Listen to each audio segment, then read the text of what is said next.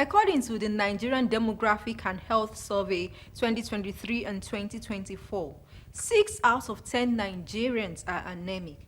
Did you even know that if you have inadequate blood supply, you are at risk of life-threatening diseases? Good evening. Welcome to Sound Health on Lagos Television. I am Olasumbo Modupe. Today we are looking at how to ensure Nigeria is anemic-free through different government interventions in place. Stay tuned. The conversation begins after this break.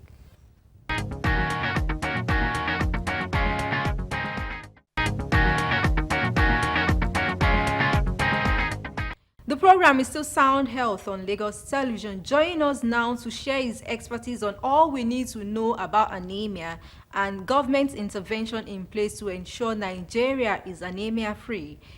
He is Sunday Okoronko. Sunday Okoronko is Executive Secretary, Civil Society Scaling Up Nutrition in Nigeria. Good evening, Sunday Okoronko, and thanks for joining us. Thank you very much. Good evening. Thank you for having me on your program. Yearly statistics gives a true picture of what the challenge is.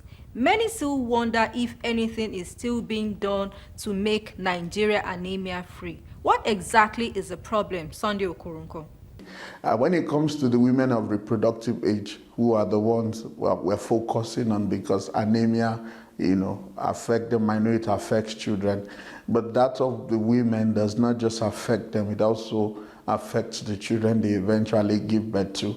I would say inability for them to purchase the quality meals and consume is a major challenge. I know there are food that could help their blood, help them get the iron need that they are, but they are unable to purchase them. It brings me to the second one, which is government intervention. Like I said, we have policies, we have strategies. Because these women can't purchase it for themselves, supplementation becomes the next possible means of these women getting the minerals and vitamins their body need. But the government have the plans, but they are unable to fund the interventions as at when due. And that's a major problem. These women, for example, they need the MMS, we are talking of multiple micronutrient supplement that has everything that they require and more.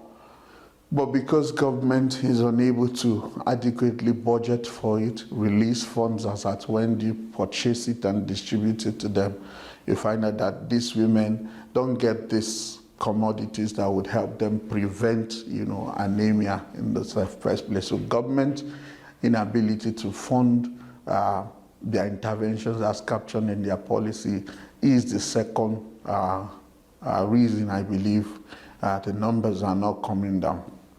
I'll say number 3 is also the fact that when you talk of uptake, you also talk of adherence. Adherence means the women, when they get this commodities or these drugs, do they take them, supplement, do they take them as at when due?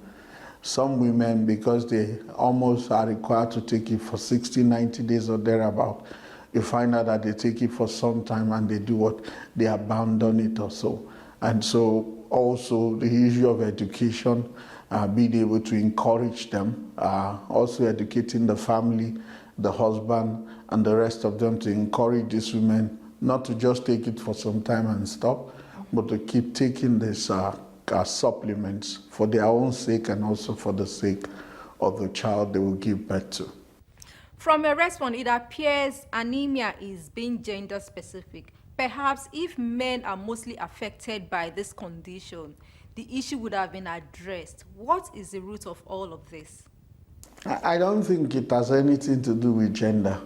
But we're focusing on the women folk because they are the vulnerable group, and because of the fact that what affects the mother eventually affects the baby. People need to speak up for them because they can speak up for themselves. Like you hear, malnutrition is a vicious circle. And so the mother is malnourished, gives birth to a malnourished child, who grows up to become an adolescent that is malnourished, and a mother that is malnourished. So the circle keeps going. So we focus on the women because they help us when it comes to the future of this country. The women play a critical role, so we need to speak up for them. The men folks too, both boys and girls, they are affected by this same anemia, but our focus is on the future, the women who can't fight for themselves, for whom most of them rely on their husbands for their upkeep, for being able to purchase things for themselves. I know things are changing. Women work, women take care of the home. But if you compare the population of women who are unable to cater for themselves, maybe due to poverty and the rest of them, you find that somebody needs to speak up for them. So I don't think gender is the reason why it's not going down. It's just the fact that we know the solution, but we have failed to do what we ought to do, as often as we ought to do it in order to do what to reduce or make sure anemia become a thing of the past. It's same with malnutrition, stunting, wasting, and the rest of them. We know what to do, but we fail to do them. Let us look at one of the major interventions by the government, the Child Nutrition Fund. What makes it special? Now, Child Nutrition Fund, also known as CNF for short, is actually a basket of fund, put aside by some, international, foundations and, international foundation and organizations that are into, supporting development across the world. And what they did is they came together and put some funds within a basket and said, okay, for any country, or not all countries, there are some specific countries who are able to, access those funds, Nigeria being one of them. These funds are here, but for you to access it, you need to also do what we call matching fund. And they call it one-for-one funds. That is to say, if, for example, you want to procure a particular commodity and you set aside a certain amount of money, you just tell us, okay, I want to procure this commodity and I have 100 million naira or $100,000, which is supposed to be, the least you can actually put down. And then they will back it up with another $100,000. So with that match fund, you'll be getting commodities that are more than, the amount you're putting at this one for, additional one or so. You pay for half of it, you get additional half, and you have double for what you're paying for. And also they have some commodities that they say they can procure without money. RETF, ready-to-use therapeutic food, is one of it. It's an essential commodity when it comes to treating some cases. And then we also have SQLNS. We also have the MMS. We're talking of the multiple micronutrient supplement. Then I think you have about 2 other, vitamin A and 1 other thereabout, as commodities that, okay, if you want to procure any of these, depending on your need, the kind of commodity need you have, if what you need falls within this category, you can do that one-to-one matches. You put down 150 million, $100,000. They also put down $100,000, and you get $200,000 worth of commodities. I know there are logistics needs and the rest of them, but you get commodities that is more than what you could have, would have originally gotten. This fund is domiciled with UNICEF. They are the custodians of this fund, and they are in charge of, the procurement, logistics arrangements. As soon as you pay that money to them, they join, they take from the purse, add to what you have, and procure the commodities and get them across to you. Tell us, Sunny Okoronko, what has been the response rate like, especially from the state governors? Well, I would say at the subnational level, to some extent, the response has been not bad, especially from the northwest, the northeastern part of the country. I know the first thing we'll think is that you say, oh, the burden is higher there. But the truth is that the burden is also rising across the country. e.g. Lagos State, for example, the SAM data moved from about 6 point something percent in 2018 NDHS, currently is about 13%, that's doubling the number. So just as it's rising in the north, it's also rising in the south and all parts of the country. But when it comes to assessing this from the data we have, the northern part of the country have, contributed more than, or have assessed this fund more than other parts of the country. States like Kano, Jigawa, Zamfara, Kaduna, and the rest of them, right from 2023, see some of them have, on an annual basis, have been able to match these fundings to procure, commodities for the benefits of their people. But in the south, it's not so much. I think in the north, for example, you have states putting down 500 million, 400 million, 300 million, to cash back, to match the funds for commodities. But in the south, you have max 100 million, 250 million from Oyo, 100 million from Lagos, which the governor graciously reapproved and has been released to procure the commodity. Kwara about 150 million, and the rest of them they've put. But this is not something you do, it's not a one-off thing. It's something you're supposed to consistently on an annual basis try and assess this one. Ideally, what we're supposed to be doing is every year you allocate resources depending on the quantity of commodities you'll be needing per year. And these things are not rocket science. It's called planning. You have data, the number of pregnant women, for example, in your state, and you can also probably, how would I put it, you can estimate what they will be like next year on the basis of, the benefit of, data. You can say, okay, by next year, this is, the number of pregnant women we should have in Lagos State. So I should make sure, for example, I have so number of bottles of MMS for these women to assess. Same thing cuts across, the current percentage of some cases and the rest of them. You're supposed to provide for those things. The subnational level has tried and is trying. In fact, when it comes to releasing the fund, they are doing very well. At the national level, I know that policies and push is coming from here to the states, but also we have a bit of challenge at the national level for release of fund. I'll give you a typical example. In 2024, through the Federal Ministry of Health, a commitment of about 1.2 billion was made, to use to match the CNF, to do the one-to-one matching for CNF in order to procure, commodities at the national level. As I'm talking to you now, that money has not been released. This is 2026, commitment made since 2024.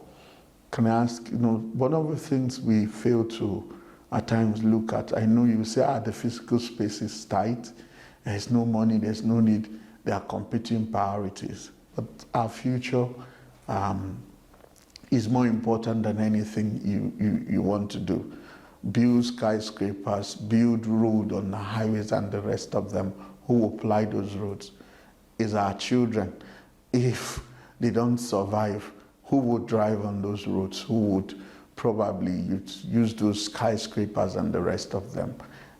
Like we all say, you need to put your mouth, your money where your mouth is. And that's what Nigerians need to do. We have children wasting every day. We have women losing their lives during childbirth. We have women adding every other day to the number of children who are malnourished because they give birth to low birth weight baby due to anemia and the rest of them. So I think it's an opportunity the country should not toy with. I expect both at the national and the state level, let's match fund and get sufficient commodity so that when you go to the PHCs, OTP sites and the rest of them, there are commodities available for you to access. I'll give you an example. The last few days we went to the field, we went to some PHCs to and to enumerate or check for children's SAM cases. In one of the communities, about 20 of them, just those who came to the facilities, over 20. And another place, you have so many of them. Now, but do you know what? There's no RETF anywhere to treat them. So what's the hope for that child? A few years ago, the CIF came to Nigeria, and one of the studies they did, they said out of every 3 children who are affected by SAM or thereabout, only 1 gets to be treated. The anemic mother who would lose her life due to low blood count or something else during childbirth does not get a bottle of MMS, and I believe costs less than 5,000 naira. So what are we saying? Okay, is this a case of eating hunger? Experts say anemia is a silent killer. Are the state governors living in denial? I don't think it's denial. I think... Or a case of prioritization of needs? Yeah, maybe prioritization. And the truth is, things are changing. It's unlike before.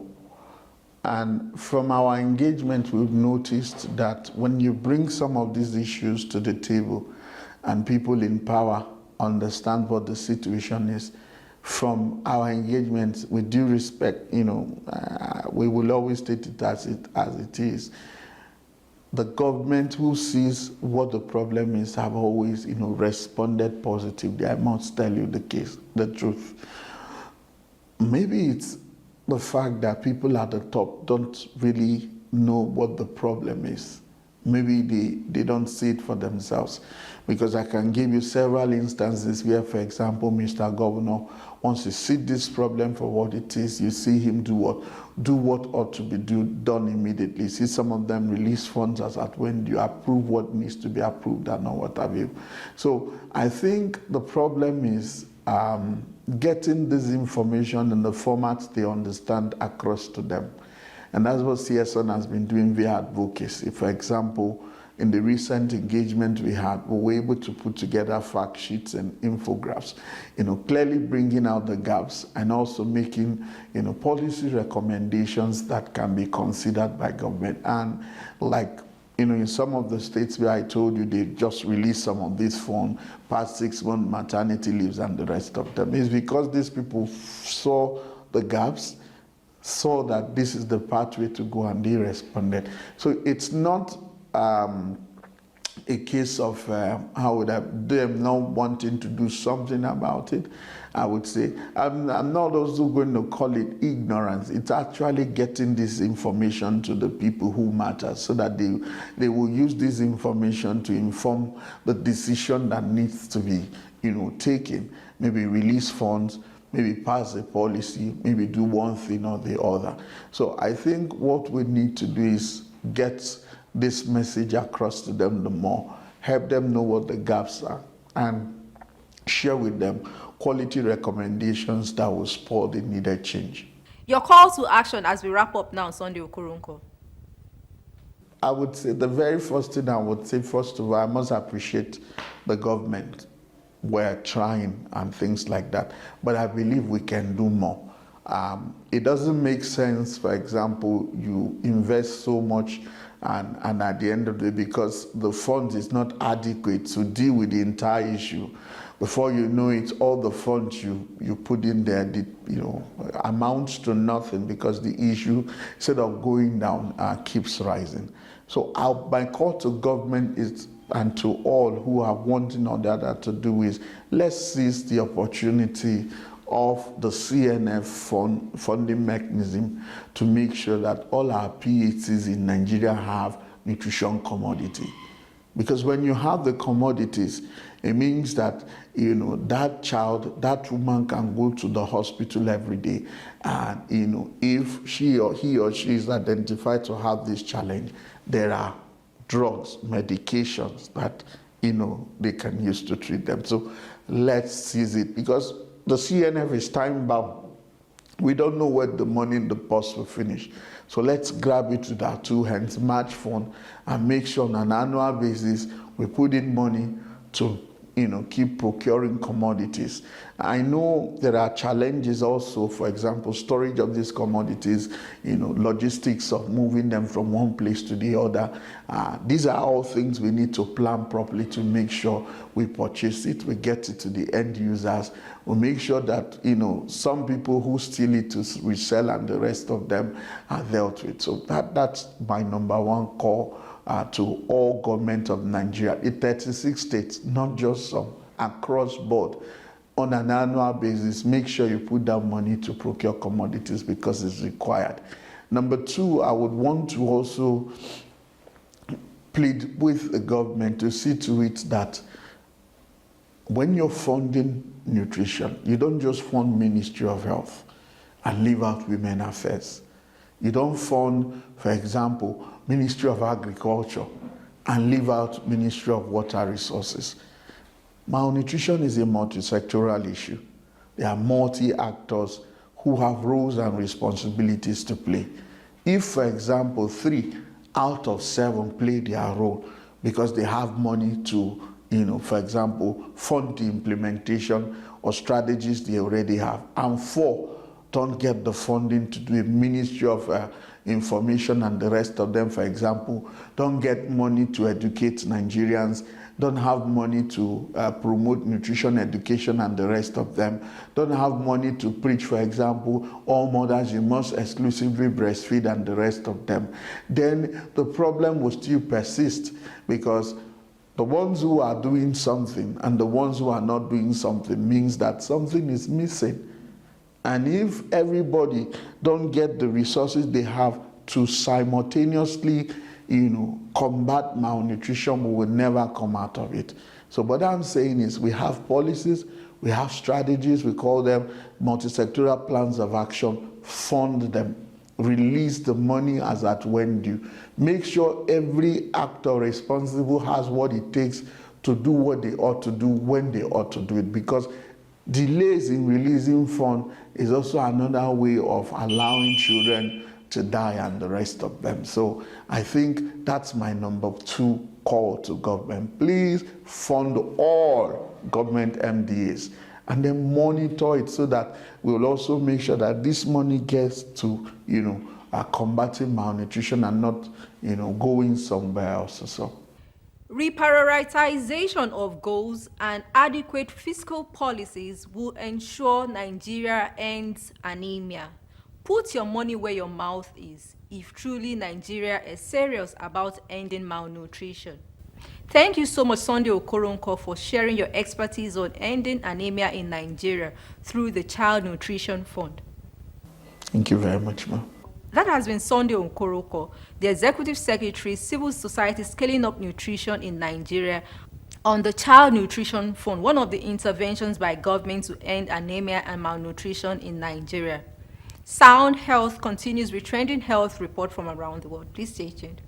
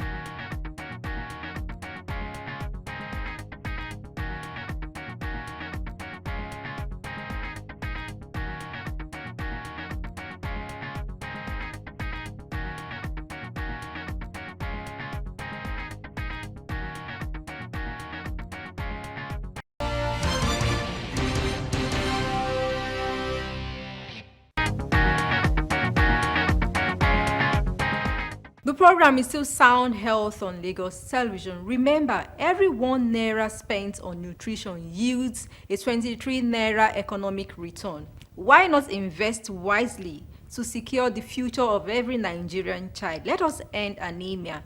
This is where we say thank you on today's episode of Sound Health. For comments and inquiries, or you have topics you'd like us to treat, please send SMS to 0035826603 or follow us on social media at Lagos Television, #Sound Health. A sound health is a sound mind. Make healthy living your choice.